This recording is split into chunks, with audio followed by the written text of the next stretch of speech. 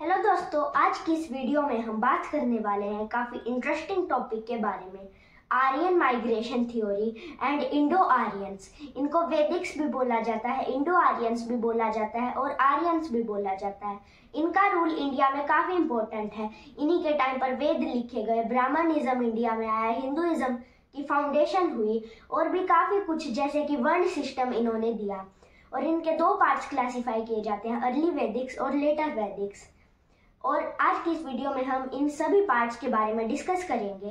तो चलिए वीडियो को स्टार्ट करते हैं। पर उससे पहले एक छोटी सी बात, अगर आपको हमारी ये वीडियो पसंद आए तो वीडियो को लाइक और चैनल को सब्सक्राइब ज़रूर से करिएगा।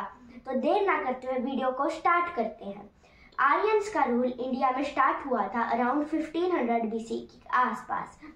जो इंडस वैली सिविलाइजेशन थी, उनका इनसे काफ़ी ज़्यादा रिलेशन माना जाता है। सबसे पहले इंडस वैली सिविलाइजेशन स्टार्ट हुई 3300 BCE में। उसके बाद इनका डिक्लाइन स्टार्ट हो गया था 1500 BC में और 1300 BCE तक ये कम्प्लीटली एंड हो गई। उसके बाद हमको इनके ज़्यादा रिमेन्स नहीं देखे जाते, तो हमने अनुमान लगाया कि ये 1300 BCE में ही ख़त्म हो गए थे।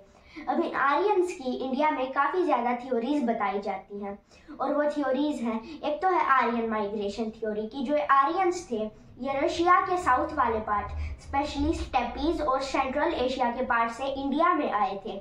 जो इंडिया में आए उनको बोला जाने लगा इंडो आर्यन, और जो ईरान गए उनको बोला जाने लगा इंडो ईरानियन।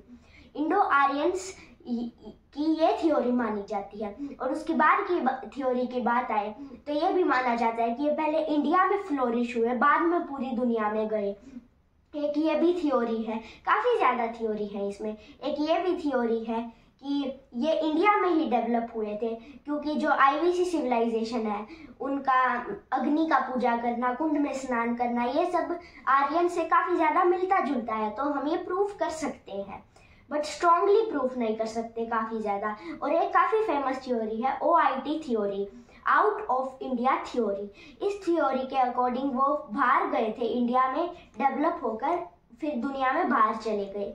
खैर कुछ भी हो, हम इसके बाद ये जानते हैं कि इनका अर्ली वैदिक पीरियड कैसा था। अर्ली वैदिक पीरियड स्टार्ट होता है 1500 BC में। इस टाइम पे संस्कृत लैंग्वेज डेवलप होने लगी। अब ये संस्कृत लैंग्वेज एक यूरोपियन लैंग्वेजेस की मदर भी मानी जाती है, मदर लैंग्वेज। क्यों? क्योंकि जो काफ़ी ज़्यादा यूरोपियन लैंग्वेजेस के वर्ड हैं वो संस्कृत से मैच करते हैं। जैसे कि ग्रीक लैंग्वेज में जो ट्रेन है उसको बोला जाता है वाहन, और हिंदी में इसको वाहन बोला जाता है, काफ़ी सिमिलैरिटी है। संस्कृत में बोला जाता है त्रि, और फिर इंग्लिश में बोला जाता है थ्री। उसके बाद आता है संस्कृत में बोला जाता है दंत, एंड इंग्लिश में बोला जाता है डेंट या फिर डेंटल। तो काफ़ी सिमिलैरिटीज हमको देखने को मिली है इन लैंग्वेज में। अर्ली वैदिक पीरियड में काउ रियरिंग करते थे ये लोग, फार्मिंग करते थे, और स्टार्ट हुई थी, डेवलप होना स्टार्ट हो गया था इनका। इनकी डेवलपमेंट में ऋग्वेद लिखा गया, जिसमें 1028 भजन यानी हाइम्स लिखे गए हैं। इसमें काफ़ी ज़्यादा बार सरस्वती रिवर का जिक्र किया जाता है, जो कि आज के टाइम पे एक माइथोलॉजिकल रिवर मानी जाती है। और ऐसे प्रूफ्स माने जा रहे हैं कि ये ज़मीन के नीचे फ्लो करती है। जो ऋग्वेद था इसने हमको ये सब दिया, और इसमें 30 ट्राइब्स और क्लैंस का जिक्र मिलता है। वो जो 30 ट्राइब्स थी उनमें से 5 मेजर मानी जाती है, तुर्वसा, अनु, यदुस, पुरुष, भारतस और मत्स्य। ये 6 मेजर मानी जाती हैं। आगे इन्हीं से फिर महाजनपद बने थे। इनके ही टाइम पे जो इंडिया था उसको 3 पार्ट्स में डिवाइड कर दिया गया। वो 3 पार्ट्स थे। सबसे पहले जो ऊपर का पार्ट था उसको बोला जाने लगा आर्यरता, मिडल पार्ट मध्य देशा, एंड जो सदर्न पार्ट था उसको बोला जाने लगा दक्षिणापथा। तो ये 3 पार्ट्स थे। 600 BCE तक जब लेटर वैदिक पीरियड था, तब तक इन्होंने पूरे इंडियन सब कॉन्टिनेंट को काफ़ी ज़्यादा कवर कर लिया था। ये हर जगह ब्राह्मण्स फैल गए थे और अपना ब्राह्मणिज्म फैला रहे थे। खैर हिंदुइज्म 1100 से 1200 BC के बाद ही एग्जिस्ट देखा जाता है, उससे पहले ब्राह्मणिज्म ही था। जो वैदिक्स थे उनने बाद के 3 वेद लिखे और काफ़ी ज़्यादा उपनिषद लिखे थे। और महाभारत भी इसी टाइम पर हुई। महाभारत कुरुक्षेत्र में हुई थी, कुरु महाजनपद के टाइम पर। इनका अगर पॉलिटिकल ऑर्गेनाइजेशन देखा जाए तो सबसे पहले आता था कुल, जो कि होती थी फैमिली। कुल के बाद आता था ग्राम, विलेज, फिर विसु, फिर जन, जन होता था ट्राइब, जन के बाद आते जनपद, और जनपद मिलके बनते महाजनपद। महाजनपद एक टाइम पर इंडिया में 16 थे, वो काफी बड़े थे, और इनमें से कुरु में हुई थी महाभारत की मेजर लड़ाई। इनमें लैंग्वेज में भी काफी सिमिलैरिटीज देखी जाती है, मैंने आपको पहले ही बता दिया है। ये जो वैदिक्स थे, इनकी एक बात काफी ज्यादा पॉपुलर मानी जाती है, वो है पॉलीगामी एंड मोनोगामी। मोनोगामी मतलब एक शादी कर सकते थे लोग, और पॉलीगामी एक से ज्यादा भी कर सकते थे। मोनोगामी जनरल पब्लिक के लिए थी, और पॉलीगामी थी रॉयल लोगों के लिए। जो रॉयल थे वो ज्यादा शादियां कर सकते थे, बट जो जनरल पब्लिक थी, लोकल पब्लिक थी, उनके लिए ये रूल अलाउड नहीं थे। इनके टाइम पर वर्ण सिस्टम नहीं था, अर्ली वैदिक पीरियड की बात कर रहा हूँ मैं। इनके टाइम पर वर्ण सिस्टम नहीं था, नो सती सिस्टम था, सती की प्रथा भी नहीं थी, चाइल्ड मैरिज का कस्टम भी बिल्कुल नहीं था। तो ये लेटर वैदिक पीरियड से काफी ज्यादा अलग माना जाता है। लेटर वैदिक पीरियड की बात आए तो लेटर वैदिक पीरियड में बाकी के 3 जो वेद हैं वो लिखे गए, एंड वो 3 वेद हैं सामवेद, अथर्ववेद, यजुर्वेद। ये 3 वेद हैं। खैर ऋग्वेद सबसे बड़ा माना जाता है और ये सबसे पुराना भी है। जो एंड का पीरियड था लेटर वैदिक पीरियड, उसमें काफी ज्यादा डिफरेंसेस देखने को मिले। ये इनकी गॉड की पूजा बदल गई। पहले तो जो अर्ली वैदिक्स थे वो मेनली जो नेचुरल चीज है, जैसे कि चंद्र, सूर्य, वायु, फिर पानी, इनकी पूजा करा करते थे। बट बाद में जो शिव है, ब्रह्मा है और विष्णु है, इनको सुप्रीम गॉड माना जाने लगा। पहले इनको सुप्रीम गॉड नहीं माना जाता था। इनके टाइम पे जो पॉलिटिकल ऑर्गेनाइजेशन थी वो काफी ज्यादा बढ़ गई। इस टाइम पर राजन की जो पावर थी वो ज्यादा बढ़ गई। वर्ण सिस्टम काफी स्ट्रांगली एग्जिस्ट करने लगा। इस वर्ण सिस्टम में 4 क्लास होती थी, एंड वो 4 क्लास हैं।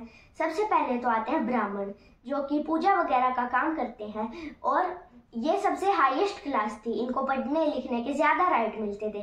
फिर क्षत्रिय, जो कि होते थे वॉरियर, वो लड़ाइयाँ करते थे। उसके बाद होते थे, सबसे पहले तो आए थे हैं ब्राह्मण, फिर आते हैं क्षत्रिय, फिर आते हैं वैश्य, जो कि ट्रेडिंग क्लास थी, ट्रेड वगैरह करती थी, मर्चेंट वगैरह थे। फिर मर्चेंट वगैरह के बाद आते हैं जो वैश्य थे, इनके बाद आते हैं शूद्र, जो सबसे नीचे की क्लास थी। इनको स्लेव्स की तरह ट्रीट किया जाता था, और इनकी हालत उस टाइम पर काफी खराब थी, और राजन की पावर काफी ज्यादा बढ़ गई। जो सती सिस्टम था वो स्ट्रांगली एग्जिस्ट करने लगा इनके पीरियड में। सती सिस्टम, फिर चाइल्ड मैरिज का कस्टम भी स्ट्रांगली यहाँ पे एग्जिस्ट करने लगा था। जो लेटर वैदिक पीरियड था, इसका डिक्लाइन होता है अराउंड 500 BCE। उसके बाद यहाँ पे 16 महाजनपद्स का राइज होता है। उनमें सबसे बड़ा था साइज में अवंती, और बाद में सबसे पावरफुल निकलता है मगध। हरियाणा पर राज कर रहा था, हरियाणा, दिल्ली, उत्तर प्रदेश के थोड़े बहुत पार्ट्स पर राज कर रहा था कुरु महाजनपद, जिसमें कुरुक्षेत्र में होती है महाभारत का युद्ध, जो कि हुआ था। एक तो हुआ था, उसके बाद जो महाभारत का युद्ध था ये हुआ था कौरवास और पांडवास के बीच। कौरवास और पांडवास में पांडवास की जीत होती है, बट कौरवास की काफी ज्यादा बड़ी आर्मी थी। फिर इनका पड़ोसी था पांचाल, सुरसेन, और आगे जाकर काफी सारे महाजनपद थे। 2 ऐसे महाजनपद थे जो इंडिया से बाहर थे, और वो 2 महाजनपद थे, एक तो था कंबोज और एक था गांधार। ये 2 महाजनपद इंडिया से बाहर एग्जिस्ट करते थे। अब इनके जो ये वेद थे, ऋग्वेद था, फिर यजुर्वेद, अथर्ववेद, सामवेद, ये जो वेद थे ये ओरल थे। पहले इनको ही इन्हीं की पढ़ाई की जाती थी, ब्राह्मणिज्म की पढ़ाई की जाती थी। उस टाइम पर जो ब्राह्मण थे वो वेद वगैरह की पढ़ाई करने के उनको राइट होते थे, बट लोअर क्लासेस को इनके राइट नहीं होते थे। पहले इनको ओरल फॉर्म में बोला गया था, फिर इनको ऐसे ही रटवा कर दूसरी पीढ़ियों में पहुंचाया गया, और फिर किसी इंसान ने इनको कंपाइल कर दिया और एक बुक में लिख दिया। ऐसे ही वेदों का फॉर्मेशन होता है। तो आज की इस वीडियो में हमने इन ब्राह्मण्स और इन वैदिक्स की पूरी हिस्ट्री जान ली। अगली वीडियो में हम बात करेंगे इंडिया के 16 महाजनपदों के बारे में।